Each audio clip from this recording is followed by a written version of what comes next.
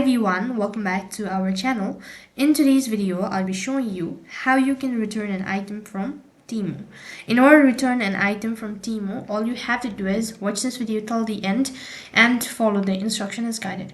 Now, if you're using a mobile device, either way the procedure is going to remain the same. So go ahead and open up a browser. After you open up a browser and then type in temu.com and log in into your Temu account. Once logged in, tap the profile icon from the top right hand side corner, and as soon as you do that, go to your orders. After you click on your order from the drop down menu, it's going to take you to the page where you'll be able to find a list of items that you've ordered on Temu. So right on this page, what you'll have to do is you need to go ahead and tap on the particular product that you wish to return. And if the item has not been yet delivered, then you'll be able to find an option as return. So just tap the return button.